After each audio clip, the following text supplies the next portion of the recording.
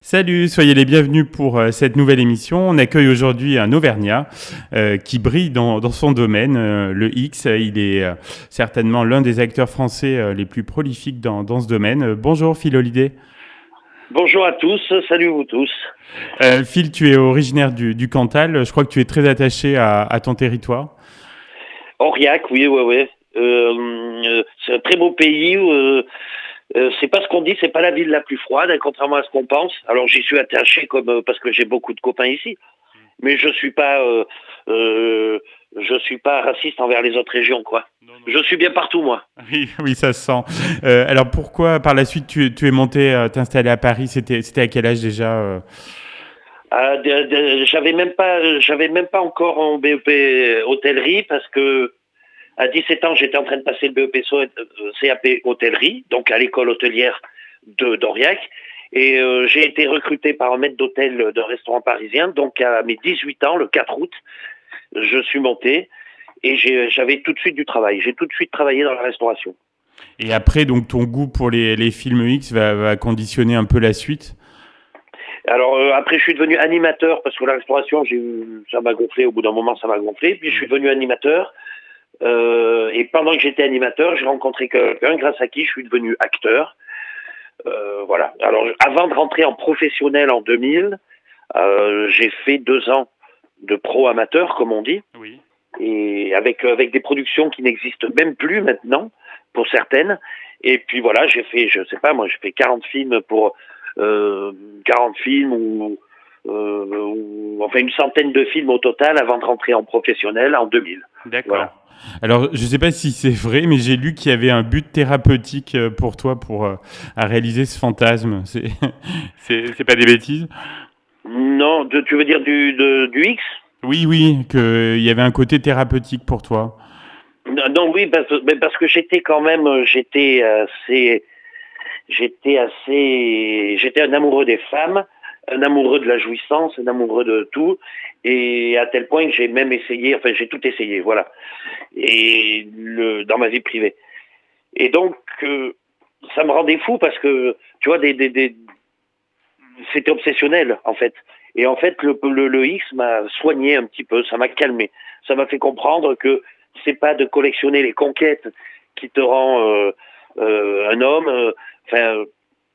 Tout ça, c'est très futile. Il vaut mieux se contenter, en vieillissant, en posant les valises, il vaut mieux se contenter d'une partenaire que d'en avoir 36 000. Donc, en fait, le porno, j'y suis rentré par chance en rencontrant ce gars, mais j'y suis pas resté, contrairement à ce qu'on peut penser, parce qu'il y avait du sexe. Pas du tout. Oui, ah oui.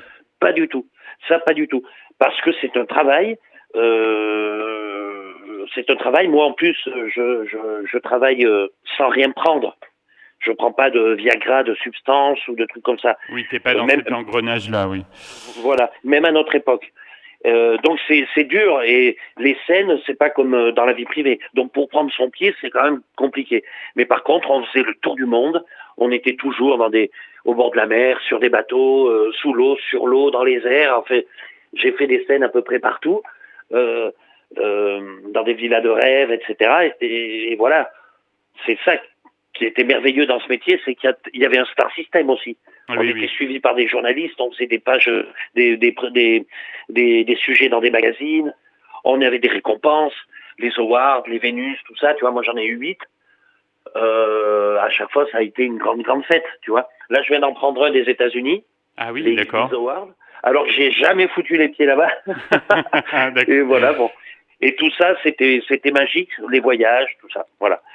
Mais je ne suis pas resté. Je suis quelqu'un qui a une vie sexuelle dans le privé, et ma vie sexuelle dans le privé va très très bien. C'est pour ça que maintenant, quand je réalise, j'ai aucun problème à pas me mettre de scène, parce que ça m'emmerde. Par contre, réaliser, ça, Oui, j'adore. ouais. Donc il y a eu une période quand même un peu plus phare, on pourrait dire peut-être la première moitié des années 2000, où là tu étais peut-être un des acteurs les plus demandés, non? Il y avait une cadence assez soutenue. Mais surtout que, alors, tu sais la différence entre un film et du gonzo. Un film, c'est scénarisé, c'est beaucoup de travail, il faut que les images, le son soient parfaites. Oui. Le gonzo, tu fais ça dans une chambre d'hôtel sordide, tu Oui, filmes avec ouais. ton téléphone, t'as pas d'histoire. Bon, eh ben, moi, toutes ces années-là, je travaillais en restant avec des productions françaises ou européennes en tout cas, je travaillais tout le temps et que dans des films. Donc c'est te dire qu'il y avait beaucoup de films.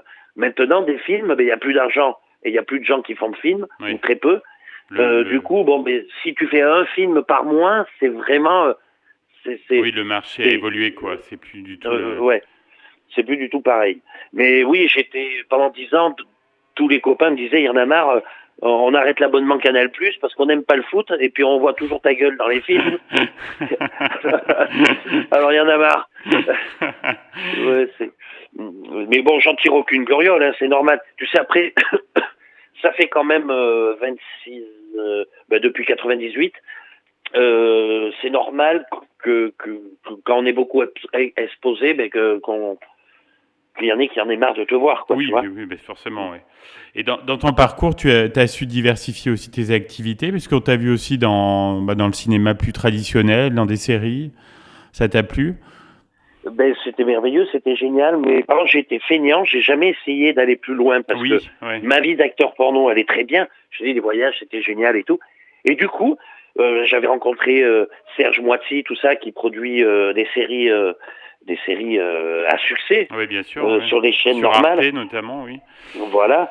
Et donc il m'avait fait une interview une fois, il m'avait dit appelle ma secrétaire demain, je te prends dans la série et tout ça. Et figure-toi, j'ai jamais donné suite. J'étais feignant. Je me suis contenté de ce que j'avais. Oui, mais ça se passait bien en plus. Ouais, on m'a toujours fait un pont d'or et puis voilà, bon.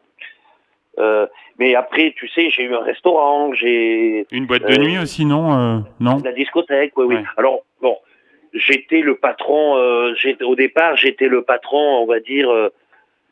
C'était surtout ton nom, non, qui était... Ouais, voilà, c'était un peu le patron de paille, parce que le vrai patron, c'était Gaëtan, qui lui était au Mexique. En fait, il nous avait confié la boîte, voilà. C'est pour ça que j'ai pas gagné beaucoup de sous, parce que lui, il en a fait, par contre. Mais comme je suis honnête et que j'y pique pas dans la caisse, il a fait beaucoup de sous. Mais moi, j'étais patron de paille au départ, voilà. Et alors, tu en es où aujourd'hui par rapport au X ? Donc, tu es plus dans la réalisation ? Ouais, mais j'adore ça. C'est vraiment génial. En plus, je mets des scènes d'action, des scènes que comme j'ai toujours été fasciné par les trucages et tout ça, je fais des choses si les autres peuvent penser que c'est trop dur ou impossible ou trop prétentieux et tout. Mais j'ai quelques effets qui coûtent rien avec. Mais tu sais, un peu comme les films d'horreur. Oui. Les premiers films d'horreur, les trucages, c'était des trucages mécaniques, comme on appelle ça. Tout à fait, ouais. Et avec un tuyau et un machin, tu faisais un effet spécial, tu vois. Et moi, je fais pareil. Alors, j'aime bien les femmes qui donnent des coups de poing et tout ça. En fait, j'essaie de faire des films modernes et des films d'action. Oui, qui changent un peu de ce qu'on peut voir, quoi. Ouais. Alors, quels sont tes projets là pour l'été, la rentrée ? Alors, on va attendre de voir ce qui se passe avec certaines choses qui se passent dans le métier là. Oui. Il y a des. Qui sont toutes fraîches.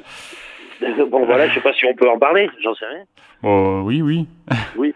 Bon, mais il se peut que le patron de JM, il se peut que le patron ait des gros soucis et que ça fige les productions. Donc là, moi, normalement, je fais 2 films en début juillet à Aurillac, chez moi. Voilà. On en a déjà fait 3. Et donc là, il y a de l'action et tout, justement. Donc, si les budgets sont pas figés, on réalise ça. Après, je vais en vacances voir mes parents, qui sont en Espagne. Et voilà, que dire d'autre. Et tu vas profiter un peu de l'Auvergne, non ? Là, j'y suis, et je vais en profiter. Oui, je vais en profiter là 3 semaines. Mais c'est vrai que je suis pas souvent chez moi, en fait. Mais oui, beaucoup de voyages, beaucoup de déplacements. J'ai vécu à Paris, je suis revenu en Auvergne pour ouvrir cette fameuse discothèque, le Zinzin, qui maintenant, on l'a transformé en restaurant, bar à tapas musical. Donc là, moi, j'y suis plus. Et donc, c'était en 2016. Donc, j'avais quitté Paris en 2016. Et ici, en Auvergne, écoute, je m'ennuie pas du tout. Bon, parfait. Écoute, on te souhaite de bien t'amuser cet été, mais on te fait confiance. Et puis, merci d'avoir participé à l'émission.